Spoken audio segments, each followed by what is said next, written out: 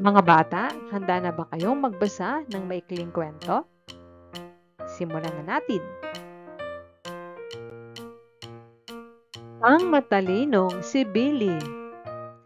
Si Billy ay isang batang mahilig magbasa ng libro. Ulitin natin mga bata.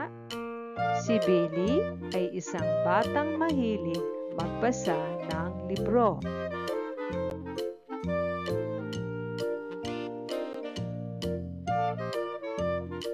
Isang araw, nakakita siya ng isang libro tungkol sa mga bituin at planeta.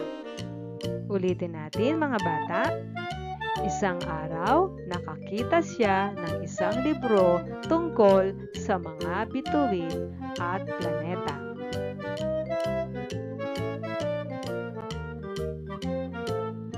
Binasa niya ito at natutunan ang maraming bagay tungkol sa kalawakan.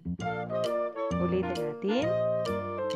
Binasa niya ito at natutunan ang maraming bagay tungkol sa kalawakan.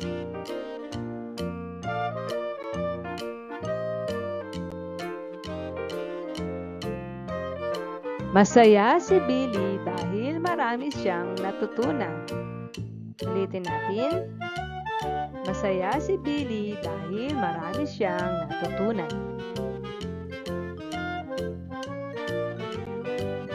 Sagutan natin ang mga katanungan. Ano ang hilig ni Billy? Maaari mong sabihin ang sagot o sulat sa iyong papel.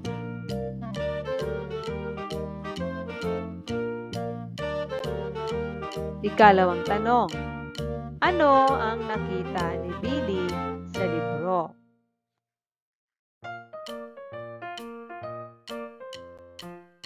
Ikatlong tanong.